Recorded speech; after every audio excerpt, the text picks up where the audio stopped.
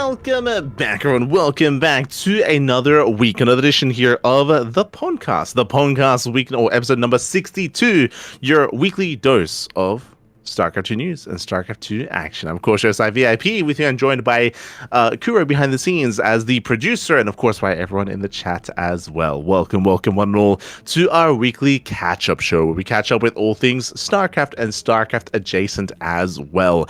This week it's going to be a little bit lighter when it comes to news, as we did have a little bit less tournaments for good reason, and also just less announcements overall, but still worth getting into nonetheless. We just wrapped up with the RSL Season 2 Playoffs Day 1 co-stream, and now we've returned with the PondCast. The casting, it just keeps going. It just keeps on going.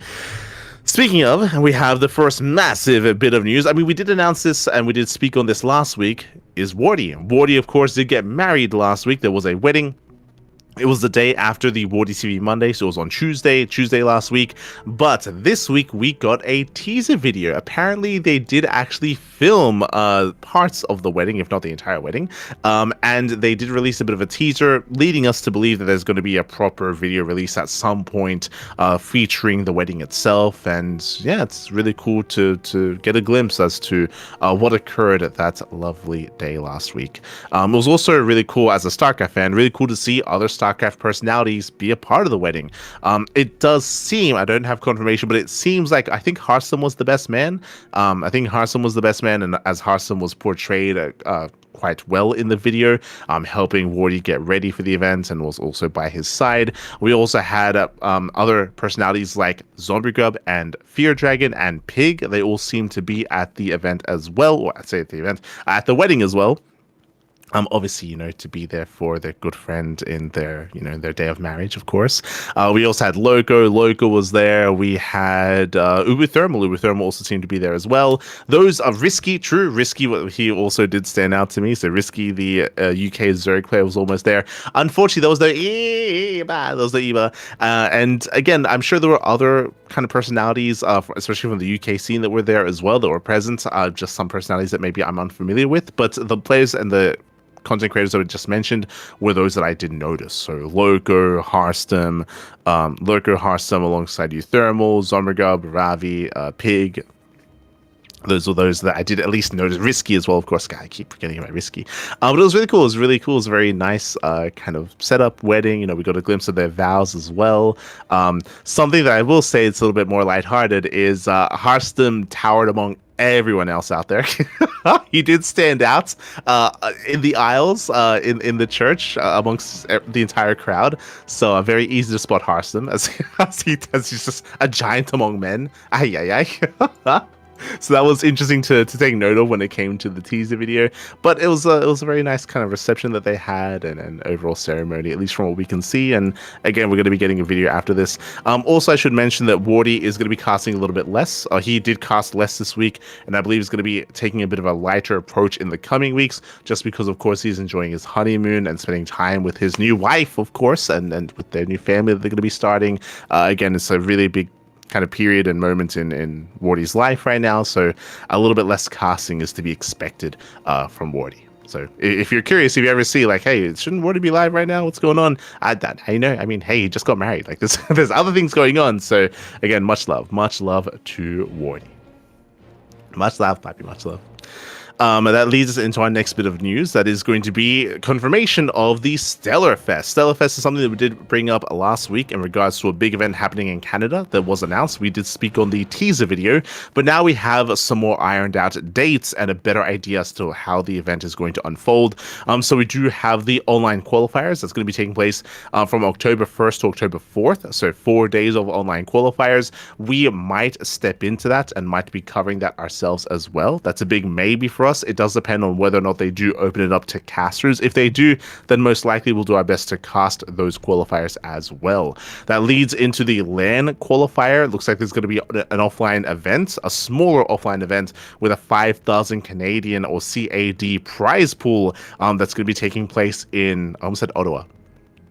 Yes, it is in Ottawa, and that's going to be another bigger event.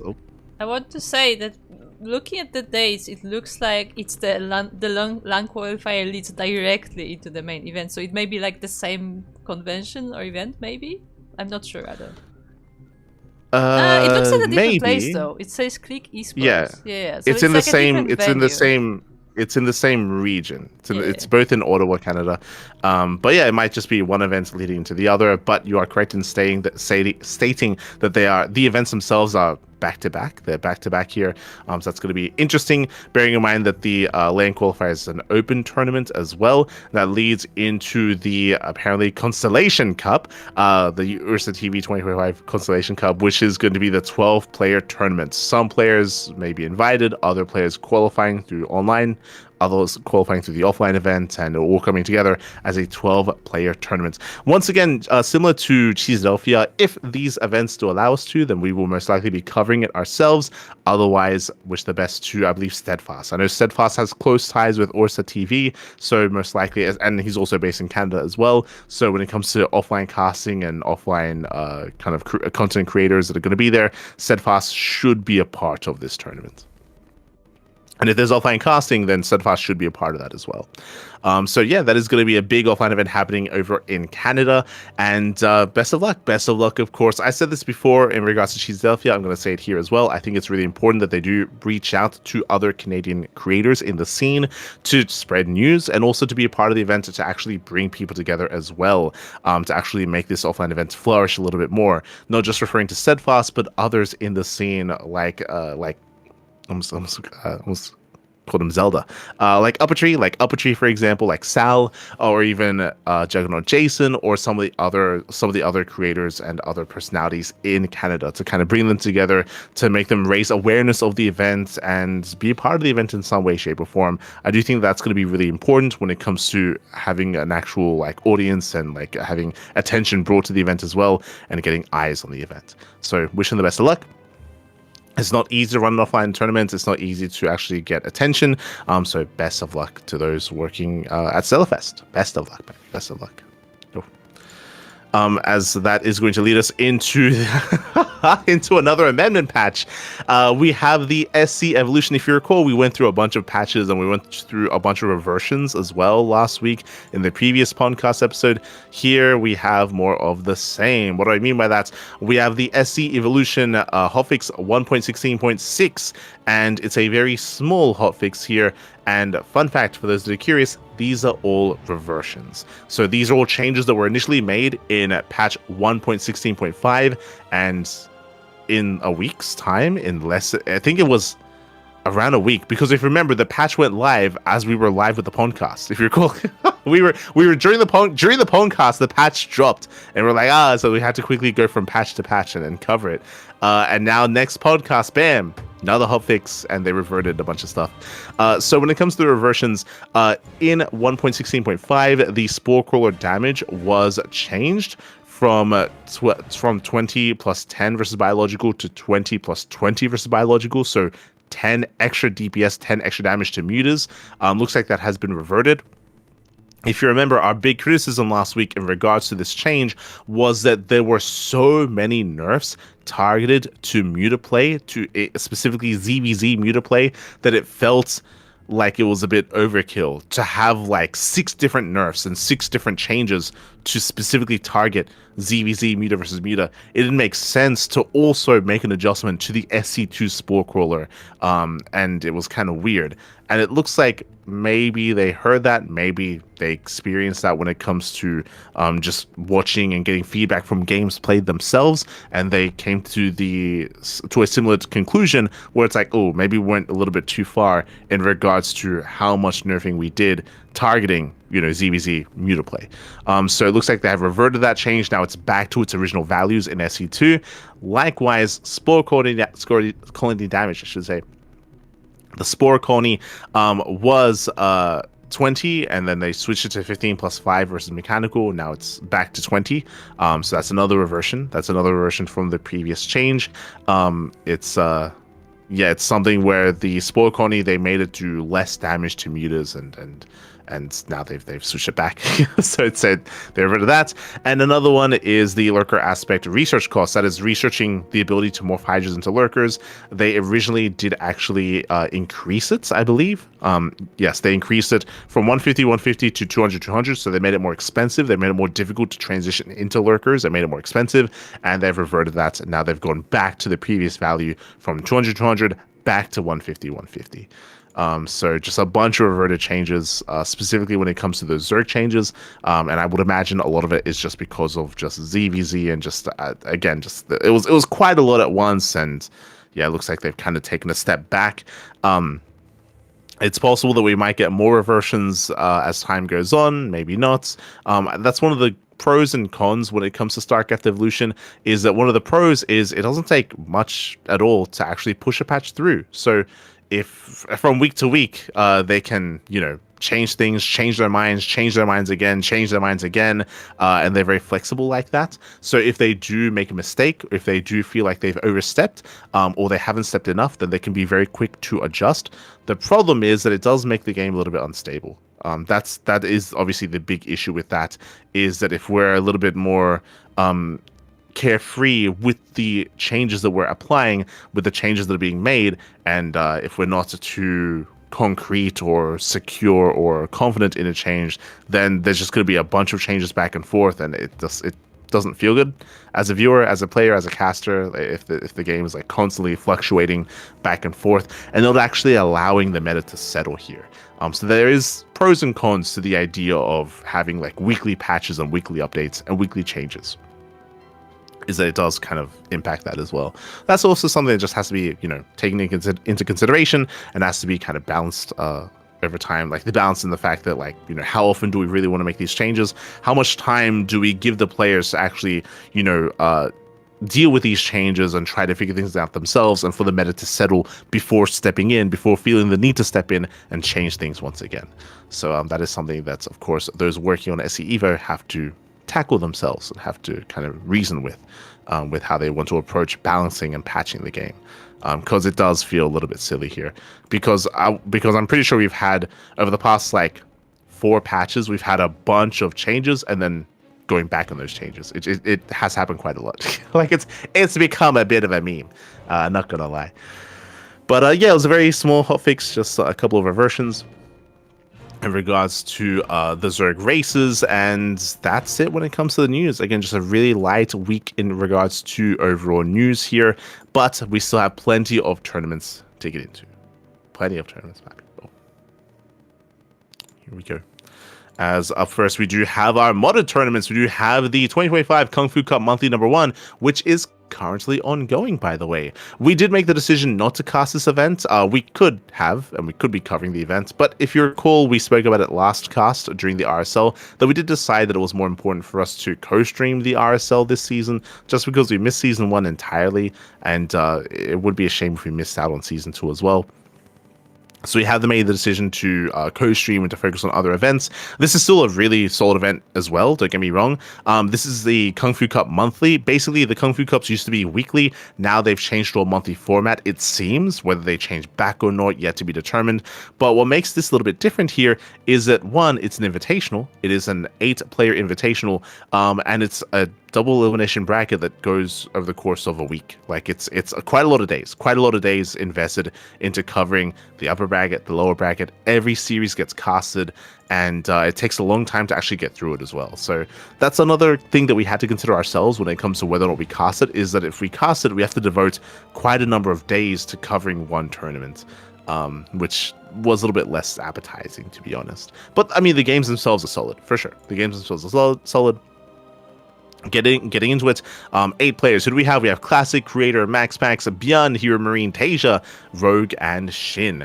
Now, what is really cool about this invitational is that there are 2 players here that don't really play StarCraft Evolution at all. I should also emphasize this is played on StarCraft Evolution. Max, and Gabe. Max, and Gabe, they have very, very limited experience in SE Evo. They're very new to the game mod, and because of that, I didn't really expect much from them. So I'm really curious to see how well they performed here. In the first round, we had Tasia. Tasia took down Rogue 2-1. Tasia coming in as second place in the StarCraft Evolution League Championship, so he's favored to have a deep run in this tournament. Meanwhile, Classic 2-0's MaxPax, to be expected. As I mentioned, MaxPax is very inexperienced in this game mode, so we don't expect too much out of him, but that's why if he does take some games, win some series, it's that much more impressive.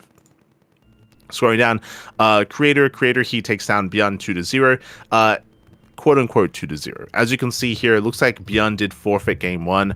I would have typically favored Beyond against Creator. They did go back and forth in the championship. True, they did trade back and forth. They did trade blows, and Creator did defeat Beyond 3-2, went all the way to the ace match. And I'll be honest, I would expect Beyond to pose a greater threat here, but unfortunately did forfeit because he was unavailable. He was late to his series, late to his match. Scrolling down, we had Shin. Shin took down Hero Marine 2-1. Impressive that Gabe took a game. And I see. My apologies. I glossed over this. They have their Kung Fu Cup format. That makes me want to cast this even more, actually. So what the Kung Fu Cup format is as you can see, game 1 is SC2 versus SC2. Game 1 is StarCraft 2 versus StarCraft 2. Game 2 is Brood War versus StarCraft 2. And Game 3 is Brood War versus Brood War. So this is a unique format where they actually force StarCraft 2 versus StarCraft 2, and they force Brood War versus Brood War as well. Which does create for a very different dynamic.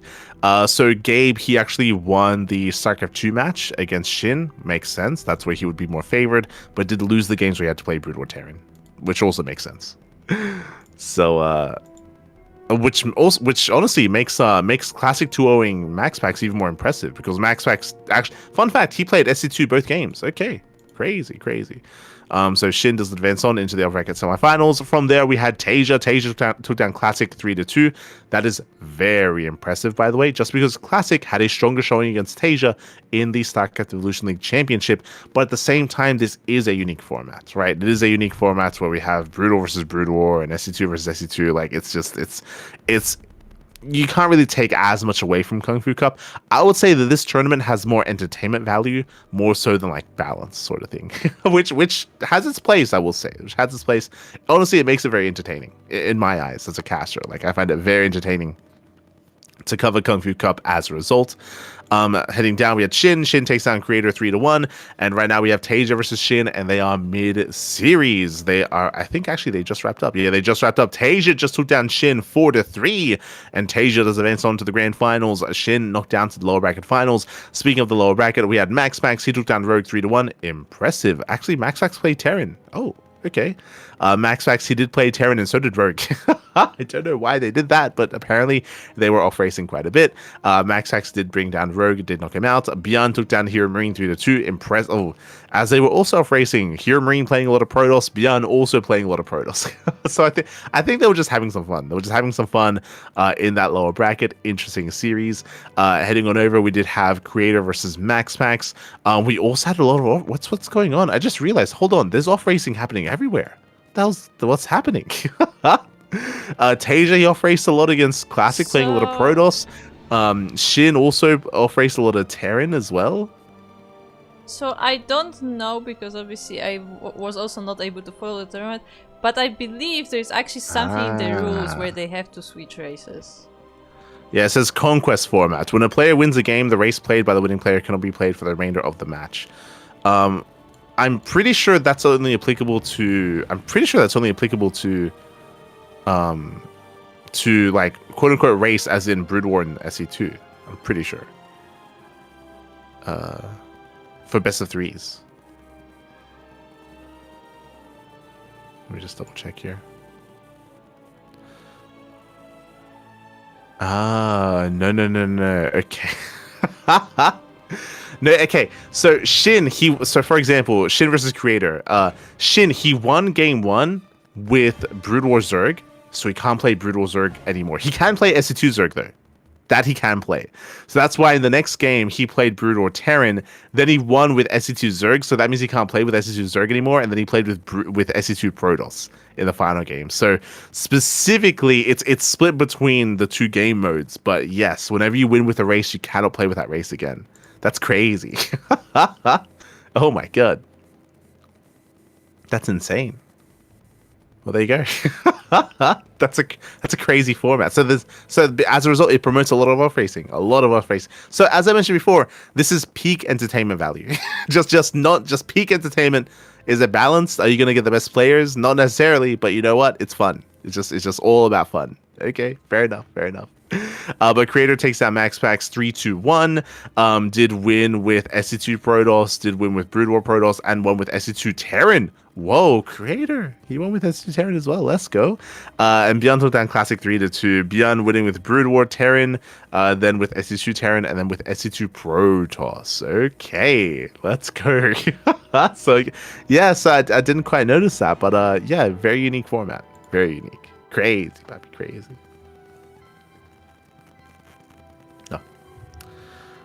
But with that, I believe that is going to be concluding. Oh no, sorry, they're going to keep going. So later on tonight we have Creator versus Bjorn, and then tomorrow will be the finals of the lower bracket finals, and then the grand finals thereafter. So yeah, do tune in. We are not covering this event. I believe Steadfast is instead, alongside Indie and some of the other language casters as well. We would cover this, but this is going to be clashing with RSL, and we're going to be focusing and fixating on the Revival StarCraft League instead. So I do apologize for that, but again, there's just so much StarCraft going on. We can't quite cover everything. This is a really fun format, but again, this is like we prioritize fun over everything else. So I appreciate it. Best of luck to all the remaining players. We have Tasia, Shin, Creator, and Bjorn remaining. I would love to see like a Bjorn versus Tasia rematch. That would be what I would hope to see, but again, we'll see how our players do unfold and what happens. It's hard to really call who's favorite here because of how much off racing there is going on. Crazy, papi, crazy. But with that is going to be the Kung Fu Cup that is ongoing. Up next, we have the Shijik Murloc Cup, SC1 versus SC2 Cup number 2. A big event here, 14,000 USD, or 20 million Korean won on the line here. A massive Shijik tournament. I did hear about this. This is also StarCraft Evolution. I believe they have their own format as well. So it looks like it is going to be Brood War versus SC2. Losers pick for this format instead. And who did we actually have competing here? Okay, we had a hero creator, classic creator, hero, and Max. Interesting. They were invited. We had Bjorn, Clem, Kieran, Gumiho also invited. We had Lambo, Rogue, Shin, and Solar also invited. From the qualifiers, we had Quanta, Tasia, Magic Turtle, and Rumieth. So a lot of invites when it comes to this event. I know there were some people asking us if we were going to be casting this. I believe no one has casted this in English yet. But I would imagine because it is a Chijik tournament, they would force the event to be covered on the Chijik platform. Which I guess technically we could do, but again, there's just so much other content going on right now. Like we don't have room in our schedule to cast more events. Quickly going over this though, we had Magic Turtle took down a hero 2-1. Cure took down Tasia 2-0. That's a big win for Cure, by the way. That is very impressive, as Tasia's been on fire as of late. But Tasia goes down early to Cure. Cure 2-0s Magic Turtle, and Cure he 3-0s. Cure, it doesn't drop a single map. Cure, calm down. I mean, he's a little bit better versed with StarCraft Evolution now. But from what we saw in the SEL Championship, Cure, his Brood War Terran was leaving much to be desired. Maybe he did decide to invest a little bit more time into practicing. Maybe. Going down, Solo took down Rumieth 2-1. Solo took down Max 2-0 as well. Clem got knocked out early by Max. This is harder to judge because Solo's also one of those players that does not play StarCraft Evolution. So I'm sure he was freestyling a lot. We saw that from Cure a lot as well, where he was kind of like freestyling and just trying to do whatever he could and trying to see what stuck and kind of feel his way through the series with Brood War Terran. I would imagine that Solo and Max and Clem were doing something similar as well, just because they don't really devote too much time to StarCraft Evolution. Classic took down Creator 2-0. Bjorn took down Shin. Classic 2-0'd Bjorn, and we expect Classic to go far. We do expect that. Classic, in my eyes, he's the best player in StarCraft Evolution currently. Is the best player. Gumiho took down Quanta, Lambo took down Rogue, and Gumiho, but does fall to Classic in the end. Did go all the way to the ace match though. I'm really impressed. Really impressed by the fact that they went all the way to the ace match. And this is a multi-day event, so Cure versus Classic is going to be in a couple of days. It looks like it's going to be in like 2 days' time, as we actually have to focus on the lower bracket instead. Tasia gets knocked out by Hero. Ooh, Tasia out early. Ooh, that is brutal. Some really rough performance here by Tasia. I think there's a lot of high hopes for Tasia because he's been doing so well in other tournaments. But here in the Chijik events, he goes down real fast and real quick. Surprising there. Clem also out. He gets knocked out by Rumiath. Again, more expected. Clem, he's not really familiar with SE Evo. Shin takes down Creator. Rogue takes down Quanta. The lower bracket round 2 will be in 2 days' time. So in 2 days, we do have the remainder of the event, and that'll progress into multiple days as well, I'm sure. So this event is still ongoing. But yeah, really interesting results, really interesting series, and I do recommend checking out the VODs over on Shijik as well. Unfortunately, there's been no English coverage currently. I don't think we have time to fill this into our schedule either, but it looks like really interesting matches nonetheless. Do recommend it. As that leads us into the 5.4K patch clash number 4. Again, we spoke about this earlier, but we have had a lot of mods rise up which do implement the creator's own proposed balance patch. Essentially, we have Greenert and Patches taking kind of the reins when it comes to creating their own balance mods. We actually casted one of these ourselves. It was a lot of fun. I think the consensus was that it was leaning more heavily towards and favoring Terran, which Inexorable did say himself, as he did win the tournament when we covered it. And we can see here, back to back, as he takes down Sig, Groovy Man, Mixu, and Mixu towards the end as well, as Mixu was playing it off racing as Protoss, and Inexorable does claim the entire tournament. GG. Again, GG will play it. Inexorable, he does pop off. Shout out to Mixu for flexing his Protoss. He does do well for himself, but in the end, barely went down to Inexorable. And again, when it comes to the patch, I do recommend checking out the patch notes. It's insane. There's like some crazy upgrades where like there's like a hive upgrade which allows roaches to be one supply, which is crazy. The ghost was completely reworked. True. There's been changes to a lot of sack defense as well. I remember there were changes to the Cyclone, changes to the Banshee. There's just changes for almost everything. A bunch of upgrades were added. It's crazy. It's it's crazy. The roach one's like it's like living rent free in my mind as to some of the changes that were made. Oh right, also and reintroducing the infested Terran as well. True. They did reintroduce the infested Terran. So a lot of crazy changes for sure, and yeah, a lot of fun. Maybe not the most balanced mod. I think Patches even said himself that he's kind of using this like a sandbox where he's like throwing a bunch of stuff at the wall, seeing what works, seeing what doesn't. It's not meant to be taken too seriously. Just trying to figure out like what could be good for the game and what wouldn't be. As up next, we have the Greener's Mod Jam Invitational. Okay, inviting Akedon, Special, Inexorable, and Mini Zerg. Interesting invitees. As we do bring together these 4 players. Looks like they had a round robin group stage to finalize the event. And again, this is another game on another mod, on another balance mod. This one I'm a little bit less familiar with. From my understanding, this is meant to be more serious. Like this is meant to be more serious. It's meant to be a little bit more thought out and taken more seriously in general here. So more changes, some unique changes as well, changes that I'm less familiar with. But in the end, we did have Mini Zerg. He does actually claim it. 3-2 over Arkedon, 3-2 over Special. I did misspeak. I did say this was round robin. No, this is a GSL format group. At non-stop best of 5s here. Does seem to be the case. And in the end, I think even, and in the end, we did have Mini Zerg. Mini Zerg came out on top, Special was second, Akedon in third, and Inexorable in final place. GG, well played. Congratulations to Mini Zerg. And again, this is all in purpose of testing out these balance mods and refining the balance mods as well. So I hope both Patches and Greeners are getting a lot of good like data when it comes to how they want to adjust their mods and what they want to bring to the table and bring to others. What they want to propose, I should say. Up next, we do have Berry Crunch, the Berry Crunch Open Cup number 1, with some interesting bonus awards. Berry Crunch, of course, he is a big streamer, and this is going to be his first foray into running a tournament. I don't know if he plans on making this a regular event. That I'm less certain of. It might just be a sporadic event, just because there were some sponsors that stepped in to help boost the prize pool, or if he plans on making this a regular thing. Hard to say here, but a 300 USD prize pool, not bad. In the end, we did have looks like Berry Crunch played as well. In the end, we had Geralt. He took down Foxer, took down Patches 2-0, took down Nickrak 2-1, and Percival also competed as well. And there was a lower bracket. Interesting. Percival, he went down early to Nickrak, but he was able to come back and still fell in the finals to Geralt. Congratulations to Geralt for claiming the entire tournament. GG, well played. does come out as the winner. And we actually had some decent lineup of players here as well. Like, we rarely get to see Rocker compete nowadays.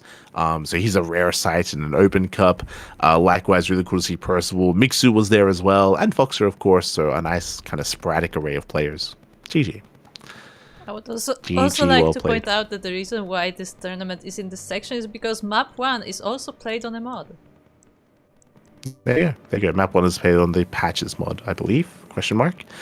So really cool to see. That leads us into our amateur events. That leads us into the Initiates Season 3 major tournaments. Oh, I believe this has a prize. There we go. So it looks like we have the Amateur League weeklies, but this is the end of season. So if you've been tuning into these podcasts, you'll know that every single week there are Amateur League tournaments, and they don't have a prize pool, but they do provide points. They provide points so players can accumulate points, and at the end of the season, they're invited into a tournament that actually does have a prize pool. And here, top 3 do get paid out. So we have the best of the best in the Initiates series, or in the Initiates kind of league. For the Amateur League, this is for those that are between Bronze and Platinum. And here we did have Alaska. Alaska popping off, takes down Tebs 2-0, takes down Ragnar 3-0, and takes down Kelp Lord 4-3. The finals went all the way to the ace match, went the distance all the way to game 7. Crazy. Congratulations to Alaska. Congratulations here, as Alaska does claim the win for this season's Initiate tournament. Up next, we have the Veteran League, which is those between the leagues of Diamond 3 and Diamond 2. Here we did have Nelsdog. Nelsdog took down Demaccio 4-3. Okay, also went all the way to the ace match. Let's go. Also went all the way to game 7. We have a bit of a trend here. We have a little bit of a trend in regards to how these finals have been going, but you do love to see pure ace matches. Congratulations to Nelsdog for getting first place, Demaccio for getting second, and M the Great for getting third. That leads us into the Prestige Weekly, the Prestige edition. Here we do have Arez. Arez takes down Anatar 2-0, takes down Set 3-1, and another game 7. Another full best of 7 here as Arez takes down Steez 4-3. Went all the way to game 7 as well. Very, very intense. We had multiple ace matches actually here as well, as the third place match was also an ace match. Set and Matrix going all the way to game 5. GG, well played. Congratulations to Arez. Sorry, shout out to Steez and shout out to Set for being the top 3 of the Prestige League. That leads us into the Elite, which is those for M1 and GM. Here we had Inexorable. Going down to Deka. Deka took down Ateshi as well. Impressive. Deka popping off. I believe the French player takes down Ateshi, takes down Inexorable, and takes down Lelix in the grand finals. Very well done. Deka does come out in first place, Lelix in second, and Azura in third. Just barely over Inexorable. Another ace match. Did every single tournament go all the way to game 7? The finals? Yeah, every single one. That's crazy. That's crazy. That's crazy value there out of all these players. Oh my god. Just they all went the distance. Very close games. Very clutch series. Do love to see it. Congratulations to Deka. Congratulations. And every single tournament went all the way to the ace match for the finals. Crazy, might be crazy. No. Shows how close in skill all these players are. That leads us into the Sea Duckling Open number 138. This is a monthly tournament. Every single month, we do host this ourselves here on the CranKy Ducklings. It's a tournament for those within the leagues of Bronze and Diamond, up to 4.2k MMR. This week, we had Winter. Winter took down Libre, took down Battle Pants, and did take down the Macho in the finals. We did feature the Macho earlier in the previous in the Prestige, I think, tournament, where he did get second place. Here also gets second place. GG well played. And also really cool to see the return of the Macho as well. He was active in our tournaments quite some time ago and only recently came back. And does walk away with second place. Congratulations for De Winter. I think this is his first time being the champion, by the way. I don't think he's won one of these in the past. So really cool to see a new champion rising up. Congratulations to Winter, as that does lead us into our next event. That leads us into the Little Max StarCraft 2 League Season 13. This is a G-Cell style tournament featuring players with the average MMR of 4.5k. That's around M2. That's like around M2 MMR or league. We have a couple of notable players. Cosmos is playing. Let's go. Cosmos is competing. We got Haroku, we got Kaiboy, we got Fireclaw, we got Fletch as well. Interesting lineup of players here. I could have played in this. Oh, that would have been fun. I wanted to play against Cosmos. I mean, I said would have been fun. The ping would not have been fun. There's a lot of NA and European players here, and Latin American as well. Ooh, that would not that would not have been an enjoyable experience. But in Group A, we have Beast and Fletch make it out of Group A. Neo and Milo do get knocked out. There's a lot of Latin American representation actually in these groups. We had Alma and Mailbox taking down Milka and Fireclaw, making it out of Group B. We had Wiseman and Havertz taking down Sugar Colt and Ibidi. We had Kaiboy and Steez taking down Hunted Swarm and Blade of Ire. Medic Jr. and Roselia, they advance on over Winter and Defiance. Hey, that's our Winter. Just one SDO. We have Angrath and Darkblade taking down Nox and Cosmos. Lego Landman Lillian, they advance on over Hero McLovin and Haroku. And we have Frogos and Soulskin taking down Anatar and Xenodactyl. Some heavy hitters here. We do notice a lot. I do notice a lot of recognizable players like Xenodactyl, like Haroku, like Hunted Swarm, Winter, Defiance, Cosmos, of course, Sugar Colt, and Milka. So yeah, a lot of notables here, at least when it comes to the amateur tournament scene. But then you get knocked out in the first group stage. Group stage 2, we had a Kaiboy and Beast advancing on out of Group A. Group B, we had Frogos and Ame. Group C, we had Havertz and Angrath, and Group D, we had Roselia and Fletch. Oh, we had some heavy hitters making it out. Coming into the playoffs here, my eyes are going to be on, I was going to say on Roselia and Beast. They're playing in the first round. That's unfortunate. That's unfortunate. So Roselia and Beast, they're playing in the first round. We have Frogers and Angrath. We had Havertz and Ame and Kaiboy and Fletch. In my mind, I can see Fletch going the distance all the way to the finals. I can see either Roselia or B. I mean, I know Frogos is really good. I think he graduated from our tournaments. I think that's how good Frogos is. But I remember casting him a while ago as well. So I lean towards Frogos or maybe the winner of Roselia and Beast. But in my mind, Fletch is favored over Kaiboy, Havertz, and Ame. I think Fletch has reached 5K in the past. I could be crazy, but I think I've seen Fletch like with a higher MMR. I think he's also one of those players that graduated from MSO, where he used to play in Masters 1 Open, and then he was ineligible from competing. But that was like a couple of years ago at this point. But regardless, best of luck to all the players. Again, we're here in the quarterfinals, and I believe the tournament is going to be wrapping up in December. The hell? Okay. Apparently, I think. Yeah, I was gonna say I think that's like an estimated. Yeah, I think it's one of those tournaments that just runs like as long as until they finish. So they just put end of year as like the deadline. Yeah. It finishes when it finishes. So whenever they get around to covering their matches. So best of luck. Best of luck to all the remaining players, of course. Again, I lean towards Fletch and maybe Frogos to face off in the finals. Again, we're a little bit biased here when it comes to Roselia and Beast because they're regulars in our tournaments. So wish them the best of luck as well in their matches.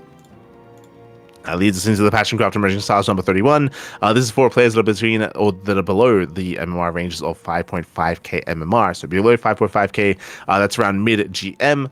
And here we did have Inexorable once again, the Brazilian Terran player. He takes down Blue Knight, gets a walkover over Hacker's Top, and takes down Lawless 3-1. Again, Inexorable, he usually does farm these events. Like he's very active when it comes to this more like semi-pro kind of range of play and of tournaments. We saw him in the previous patches tournaments, and now we can see him here in the Emerging Stars as well. That leads us into Turk 2v2 Cup at number 6. This is a 2v2 Chinese Chinese event that has been running. Once again, I'm a little bit unfamiliar with the duos that are participating here. Quickly checking, I see Jodowa Loves and Mickey. I would favor them, but it looks like they gave a walkover. Ooh, looks like there was a walkover in the early rounds, so they did kind of forfeit to their spot there into another walkover. Wait, what the hell? Well, wait, what? Did you see this? There's a team that didn't play a single game, and they made it all the way to the finals. They got a walkover against TATP. They got a walkover over HCCSB, and they literally just showed up and just made it to the finals. Okay, and then they got 3-0 because they weren't really tested making their way to the finals. So maybe they weren't the best opponents to have. But there you go. I don't know what the hell happened there. Aye. So a little bit unfortunate that we had as many forfeits as there were. I guess shout out to the duo that went far. Do I want to see what this translates to? Translate. We have Xiaozui. No, sorry, Xiaozo. Xiaozo. From the lower one, from the Protoss, then we had Xiaoba as well. There you go. Anyway, so they did make it to the finals, did go down to Drink, and his teammates. Hold on. Was that Jeshi? Jeshi Bai? Is that Jeshi? That's what it translates to. Interesting. But they do go down to Drink and his teammate as well. Translates to revealing the truth. There you go. Let's translate to that. So congratulations to Drink for the 3-0. And again, a little bit unfortunate that we had as many walkovers making it to the finals, but regardless, I hope the event was fun nonetheless. Hope it did lead to some exciting games. As that leads us into the regionals and show matches here for the week. We start things off with Code for Giants Cup LATAM number 2. I believe we're going to be covering this via replays, but we'll go over it anyway, just because I think we're going to be covering it next week, most likely. We did have a solid lineup of players here. Again, this is a monthly tournament. Code for Giants Cup are typically Brazilian-only tournaments, but recently they started a monthly edition for the rest of Latin America. We covered the first edition of via replays, and again, we'll most likely be covering this via replays as well. Here we had Mute. Mute takes down Neo Shaggy. Neo Shaggy's back. Neo Shaggy. Let's go. I haven't seen him play in a very long time. But Mute takes down Neo Shaggy. Mute takes down Inexorable 2-0, and Mute goes up against Special in the grand finals. Fun fact, this is a rematch. In the first Code for Giants Cup, Mute did defeat Special, did defeat him 3-1, but here Special, he has been on that grind. He's been streaming more, he's been playing more, and Special, he gets his revenge. Still went all the way to the ace match. It shows that Mute, he is comparable to Special currently in skill, and this time Special gets the win 3-2. GG all played. Special takes down Dominoko, takes down Eon, and takes down Mute as well. So Mute won the first edition, Special wins the second. Who will take the lead in the third? Best of luck. Best of luck, because I'm sure we're going to be seeing them again in the next tournament. I'm sure we'll see them, and a big shout out to Cosmos and those working behind the scenes for running the event on a monthly basis. That leads us into the Young Blood number 1. This is a new tournament and potentially a regular one as well for the CIS or the Russian region.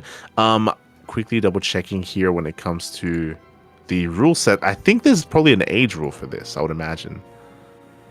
Yeah, it says here that this is a tournament for young players to reveal their talents and motivate them. Okay, so there is basically a limit as to the age of these players. These are young up and coming. Hey, Extra Striker, Extra Strike, is he still young? Does he count? Hold on. Extra Striker, he's still 20 years old. In my mind, like, he's been around for a while. I didn't realize how young he was when he was competing. But Extra Striker, he retired. He retired like back in 2023. Like, he stepped away from the game. Yeah, with that, he I guess he's back at least for the time being. He does go down early on to Ultramarine. Isop takes down Lord GG, and we have Isop taking down Ultramarine 4-3. Players that we've seen in these tournaments in the past. How young are they? Let's see. Isop, Ultramarine. Are we ready to smudge? Are we? Are we ready? Okay. Isop, he's 17. He was born in 2008. God damn it. There's a reason why GG Machine isn't here. Like, this isn't just like limiting age, but also this is for like up and coming players as well. Like, it would be unfair to throw GG Machine here because he would win everything for sure. Like, he would just dominate this. So it's about being younger players, but also closer in skill and still like kind of rising through the ranks, just as a heads up. But yes, Isop, he is 17 years old, born in 2008. Ultramarine, he is 18 years old, born in 2007. Oh, he's so old. That's crazy, by the way. That's crazy. But technically, they were born before StarCraft 2 was released. True. Technically, I was gonna say, I'm pretty sure we already have players that are younger than the game itself. Yeah. Oh my god. Yeah, that's why I brought out Eba. Yeah, Esta Eba. Oh god, but yes, we have our 17 and 18 year olds facing off here in the tournament. ISOP does win 4-3, does go all the way to the Ace match, and again, this is a really cool tournament, a really cool initiative to foster growth and to kind of promote these younger up and coming players. Really cool to see. Really cool to see. GG. With that, we are going to be getting into our next tournament here. Into the Legacy Weekly Japan. This is a weekly tournament for the Japanese region, for the Japanese country, I should say. And here we did have... Oh, is that Tapioca? every time. Is that Tapioca? I need to learn the characters. Yeah, it is. Let's go. Boba. Tapioca comes out once again. Has been looking very much so dominant in the Japanese region as of late.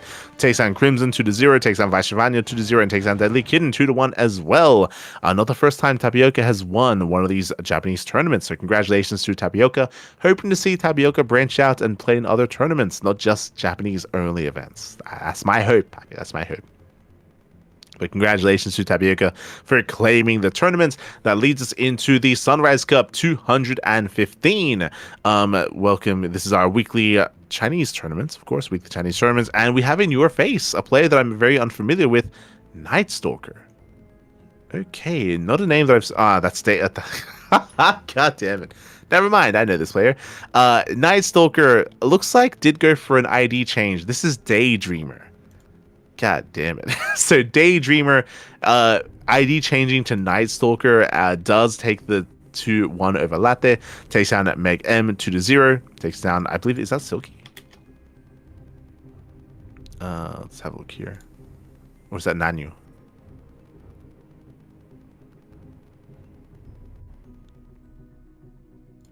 Translate. Yes, takes down Nanyu 2-0. I remember these characters. Takes down Nanyu 2-0, and in the grand finals takes down Tsukino. Takes down Tsukino 3-1 as well. So big wins here from Daydreamer. We have seen Daydreamer pop off in the past. Is one of those kind of bigger names that we do take note of. I say that I still lean towards like players like Jolo Loves or players like Young Zest, but they did go down early on. Some of the fresher Zerg players like Tsukino and like Nanyu as well. Like Nanyu has been impressing me quite a bit. Does go down to Nightstalker. They all do, but GG. GG well played. Shout out to Daydreamer, aka Nightstalker.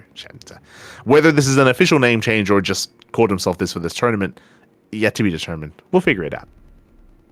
We'll figure it out. But GG will play. Congratulations to Daydreamer for winning this week's Sunrise Cup. That leads us into our plethora of OSC tournaments. So there's a lot to get into. From the top, we have OSC League Rising Star number 16. Looks like we had another round wrapping up, and we do have potentially. As we already covered the upper portion here, we had Art to take down Nick Wright 2-1. We had Art taking down Sebestos 2-1. So we have Art versus Art in the next round. That is yet to actually commence. We then had Percival taking down Moja 2-1, and Young Yakov taking down Baby Marine 2-0 as well. Ooh, those are newer results, I believe.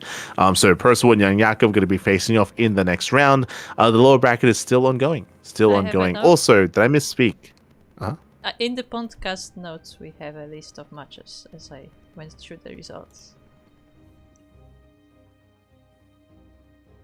Where are the PondCast notes?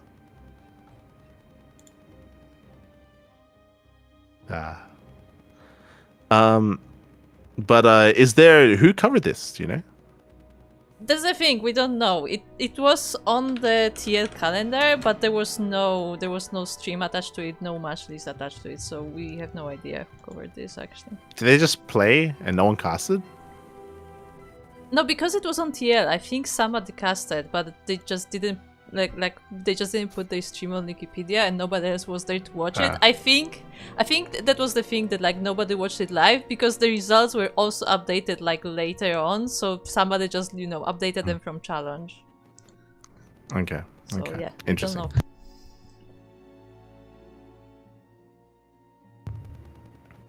know. Okay. Are you sure? Are you sure this wasn't us? Because I'm pretty sure we casted Art versus Nick Ratch and Art versus Asbestos. Yes. Because we were meaning that it's Art versus Art. But we didn't cast the later ones. I'm pretty sure. But like, yeah, as in like that's something that we already covered. Look, all I had was Wikipedia updates. That's what I'm saying. Okay. Interesting. Hold on. Let me just double check something.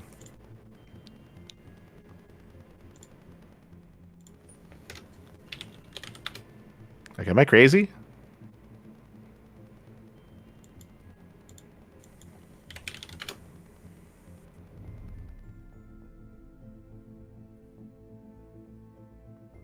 Okay. But yeah, it looks like we had some updates. We had Demi took down Mixu. Yo, that's crazy. Okay, so Demi takes down Mixu 2-1, very impressive. We had Shameless versus Minizerg. Shameless 2-0 Minizerg. We had Sig versus Hydra. Hydra does knock Sig out of the tournament 2-1. So yeah, these are results we didn't know. Yeah, the lower bracket results coming in. We had Jimmy versus Homono. Jimmy does take down Homono 2-0. Homono took down Jomek 2-1. I think we actually casted those matches. And we had Jimmy versus UD Soldier. UD Soldier, he's out of the tournament. Okay.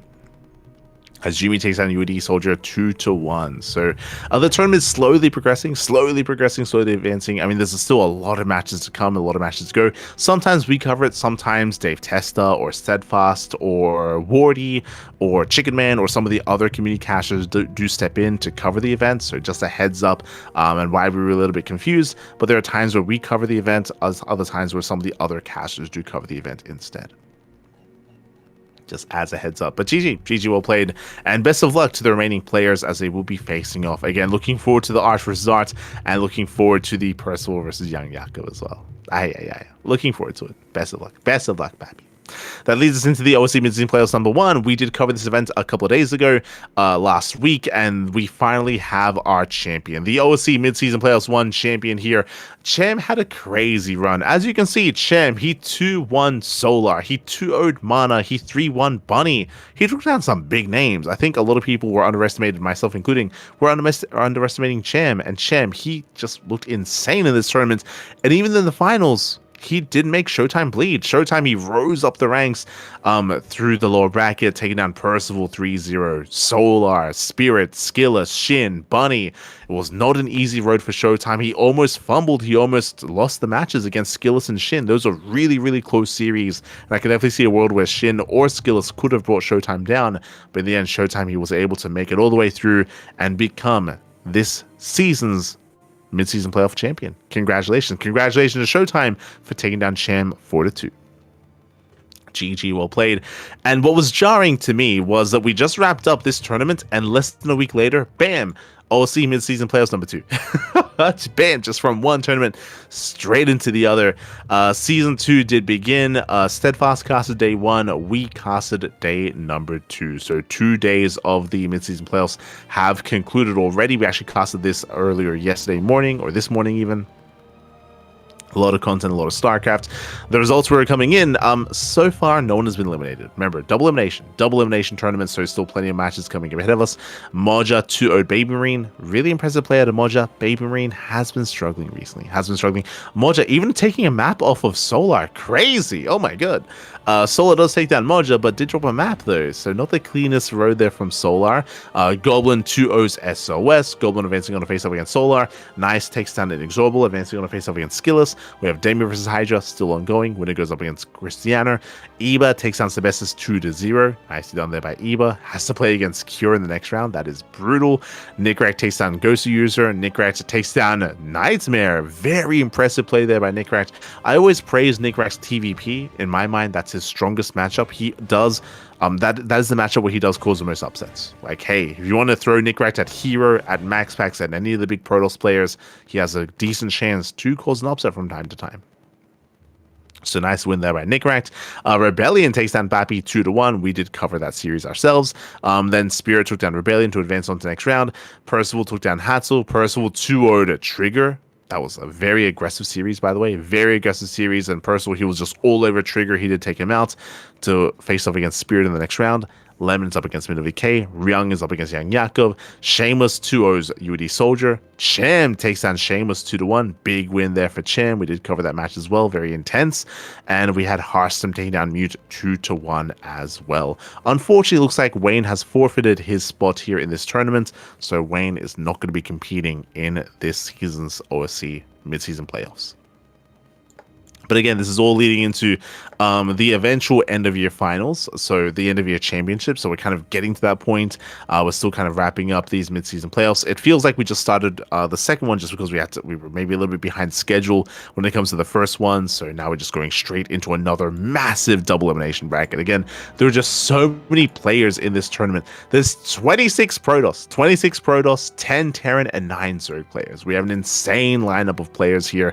It's really hard to say who's the favorite player. There are some big names like Björn, like Max Pax, like Trigger, like Nightmare, like Christiana, Solar. But despite all of that, it was Cham who came second place last time anyway, despite this lineup. So anything can happen. Anything can happen. Best of luck to everyone involved. Best of luck. That leads us into this week's OSC King of the Hill. OSC King of the Hill number 224. Oh, Jesus. Speaking of Protoss and Terran, oh my god. As we did have Creator, he was coming in as the current, I think Spirit came in as the reigning King of the Hill. Spirit versus Creator takes down Spirit 1-0. Shameless stops Creator's run early. Shameless takes down Creator, takes down Christiana. These are big wins for Shameless. Then Jumi comes out of nowhere. Jumi takes down Shameless. Night Phoenix takes down Jumi. Geralt takes down Night Phoenix. We don't really have many win streaks here. No major win streaks, but I spoke too soon because Geralt does pop off for quite some time. Geralt takes down Night Phoenix, Minnow VK, Moja, Percival, Hon Mono, and Björn as well. Oh my god. Crazy win streak. 6 games in a row. Very impressive there by Geralt. Big names as well to take down Björn, to take down Percival. Does fall to Jumi. Looks like there was a revive. Yeah, looks like there was a revive, which sometimes happens if they run out of players. So they revived Jumi for a moment. Jumi takes down Geralt, then falls to Nikrat, then falls to Mixu. Sorry, then takes down Mixu and Sebestus. So Nikrat, he's going to be the reigning King of the Hill here with barely those final wins towards the end. 3 wins in a row. GG, well played. Shout out to Geralt for having the biggest win streak. Shout out to Nikrat and also to Jumi and a couple of the others for being able to take multiple games in a row. Not too many though. Nikrat, Jumi, Shameless, Night Phoenix, Creator. GG, well played. But again, Geralt popping off the most here in this week's tournament. Again, this is a unique King of the Hill style tournament where the winner stays on and the loser is eliminated. Sometimes you get a revive here and there if we run out of players, but for the most part, we get a unique lineup. For the most part. Otherwise, GG, well played. That leads us into the Open Cups. Again, we don't really have as many Open Cups this week as... Of course, the Water TV Monday was on hiatus, specifically for the week. We start things off with Sparkling Tuna Cup. Again, this is the very first weekly of September, and this is leading into the September monthly finals. So exciting times here for the Tuna Cup as we have more events on the horizon. Once again, this week we had a very heavy Korean lineup and a very light European lineup. So we had who? We had Shin, we had Hero, we had Percival, Björn, Hon Mono, Rebellion. We had some big Korean names, and we did have some European representation as well, but a little bit less than we're used to. We had Showtime, we had Geralt, among many others, of course. Stepping into this, Hero, this is his second Tuna Cup, and Hero takes down Nikrat, takes down Shin 2-1, and takes down Björn in the grand finals. Big win here for Hero. Shout out to Geralt, because Geralt, he took down Showtime. I was favoring Hero versus Showtime in the finals. That's what I was expecting to see in those grand finals. But Showtime, he went down early to Geralt. It was a big win, therefore Geralt does shut down Showtime, but does fall to Björn in the rematch. Remember, Geralt beat Björn in the best of 1 in King of the Hill. Here, Björn beats Geralt. So they have a back and forth. They have a back and forth between the two of them. Björn this time does claim the win. And in the end, it does fall to Hero in the finals and comes in second place. Not bad. GG, well played. Again, Hero did come in as the favorite player. He's arguably the best Protoss in the world, if not top 2, alongside Classic, I should say. Hero is definitely up there. And here he does prove that against some of these other big names. Not easy to bring down Shin and Björn. Not easy. GG. Or even Nikrat as well. But GG well played. Here he does win the first Tuna Cup of the month. Heading on over here to Monday Night Weeklies number 22. This is a more European-centric tournament organized and run by TKL, by the French scene, by the French community. And it has a different format as well. Double elimination format instead. Here we did have Clem. Clem took down Geralt 2-1, took down Showtime 2-1. Went to the ace match, true. Went to the ace match against Geralt, went to the ace match against Showtime. Does fall to Max Pax in the upper bracket finals. Impressive play there by Max Pax as he knocks Clem down. And Clem, once again, he decides to play Protoss against Showtime. Oof, does decide to play Protoss, and with mixed success as he goes down to Showtime, and we have a PvP finals between Max Pax and Showtime. In the end, goes to Max Pax. This kind of lends towards what I was saying before. Clem has been playing a little bit of Protoss with very mixed success. I think it's taken like a couple of maps against top Protoss players, but only a couple of maps. Like, he has not been able to win a full series with Protoss against another Protoss player. Just hasn't happened yet. But Clem is working on it. He's working on his Protoss. He's getting there, for sure. Is getting there. When it comes to other big results, of course, Max Pax, he took down Nightmare, took down Creator. Was able to mainly rely on his PvP and PvT skills here. There were no big Zerg players, as is typically the case. We had Fiant, true. Fiant, he was out there. He did his best. Did what he could. Este Fiant. But congratulations to Max Pax for being this week's Monday Night Weekly Champion. Congratulations here to Max Pax. That leads us into the Big Zerg Cup. Big Zerg Cup number 48. Unfortunately, we were unable to cover this event. At the time, I just had other things happening, so I just wasn't able to cover it. That was yesterday morning. But Hero takes down Nice 2-0. Hero takes down Shameless 3-1. And Hero 3-0 over Beyond. This is actually very similar to what happened in Tuna Cup. The same two finalists, but this time Beyond having a bit of a harder time in those finals. Takes down Nick Ratchet 3-0 in the semis, but does fall to Hero without taking a single map.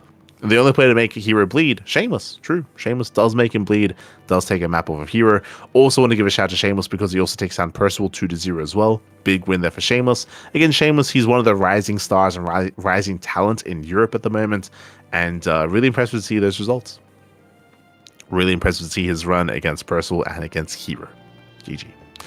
GG will play. That leads us into the RSL Revival StarCraft League Season 2. We just wrapped up with the group stage.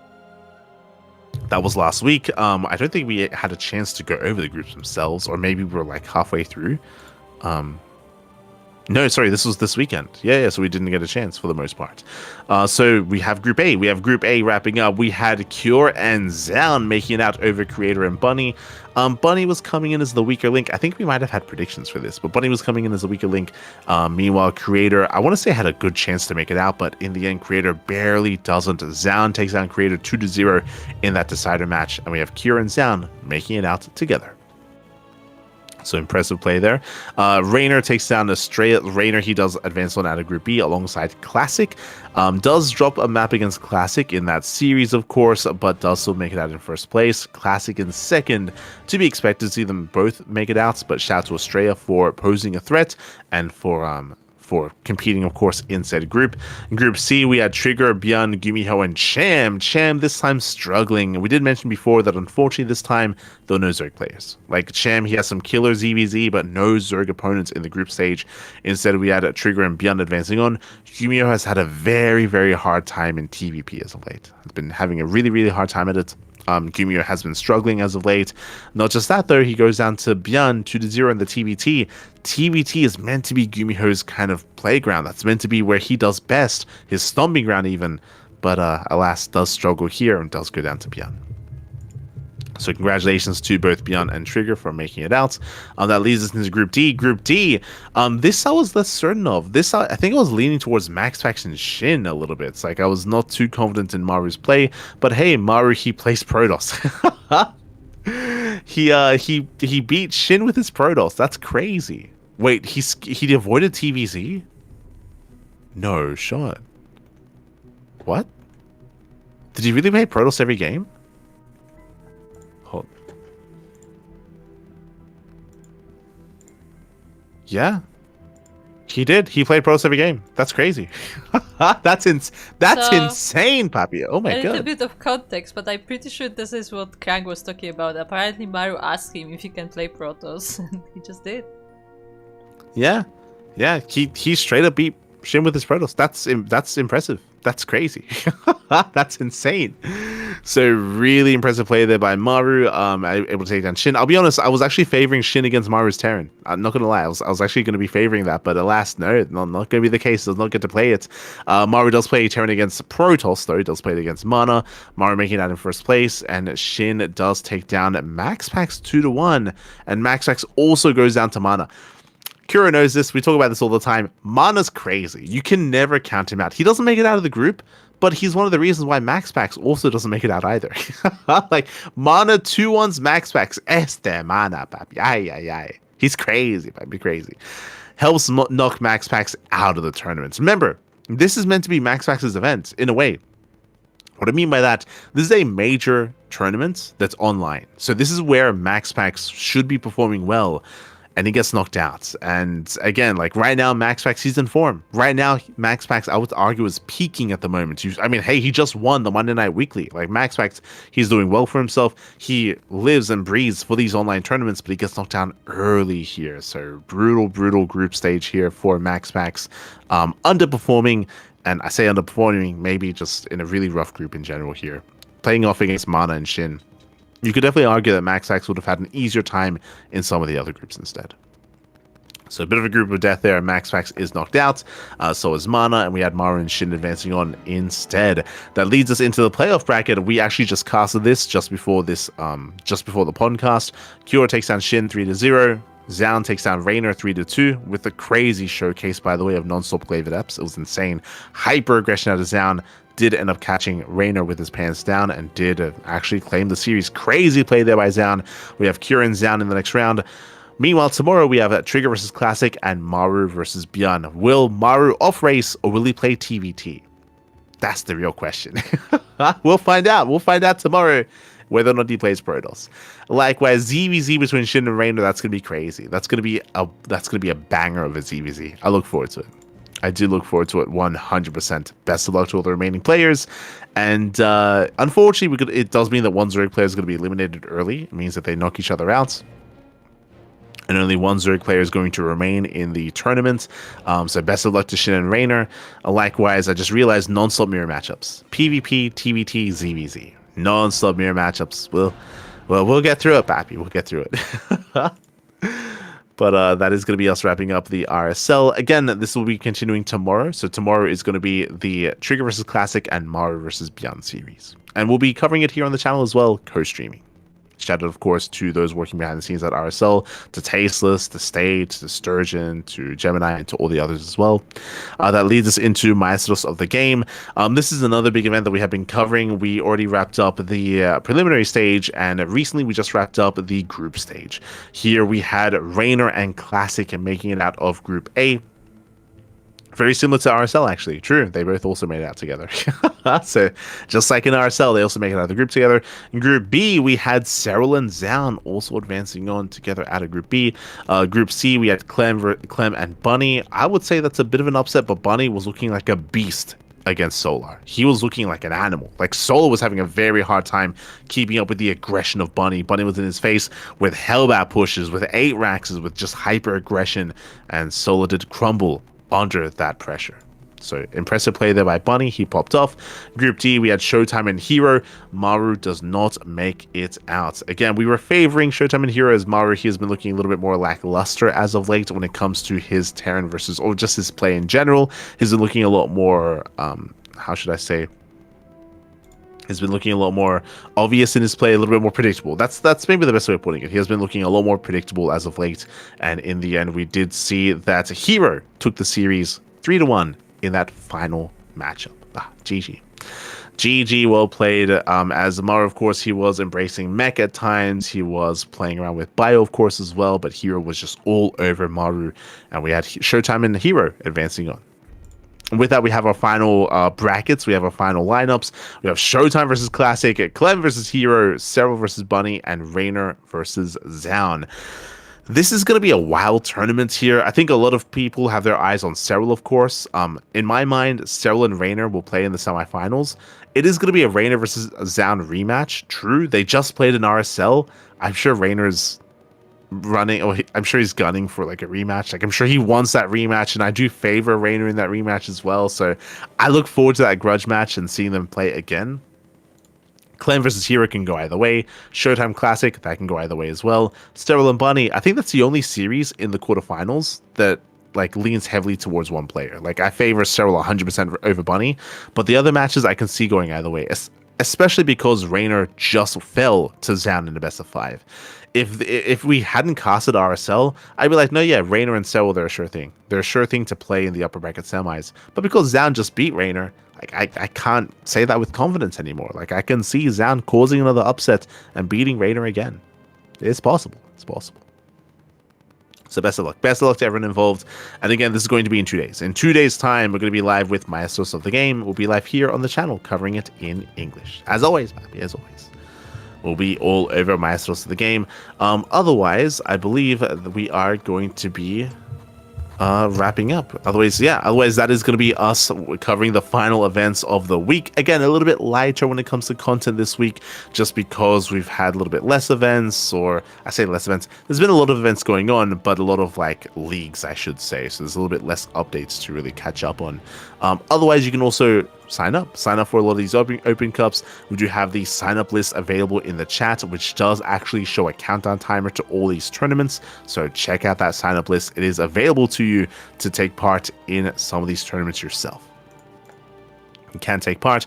Also, you can support us on Patreon, !Patreon in the chat. We are, of course, funding all of our tournaments via Patreon. Sea Duckling Open, Sparkling Tuna Cup, and Masters 1 Open, all funded via Patreon. And we have recently reached some new goals as well. So thank you. Thank you so much to all of our patrons. Thank you so much to all of our supporters. Our events will not be anywhere near as successful if it wasn't for you. Thank you. Thank you. Thank you so much. Do appreciate it. Do appreciate it. And with that, our next broadcast is going to be tomorrow, of course. Tomorrow, we're going to be live with the second day of the playoffs of RSL of Season 2. So we're going to be live tomorrow, and also Galaxy Open Cup as well. So back-to-back 2 casts tomorrow. There's a lot of StarCraft over the weekend. RSL, Maestros of the Game, also going to be over the weekend as well. And we'll be there. We'll do our best to be there to cast it in English to bring it to you live. Otherwise, thanks for watching. Thanks for watching. Thank you for the support. Shout out to Kuro, of course, for being behind the scenes, for working on the event as well. And I hope you all have a lovely evening, rest of your day. It's quite late here in Australia. It's time for bed. Time to cast. time to get ready for some more casting, papi. Aye. But thank you so much. Thank you so much. We'll see you guys tomorrow. Until then, ciao, papi, ciao. Hasta luego. Thanks for tuning in.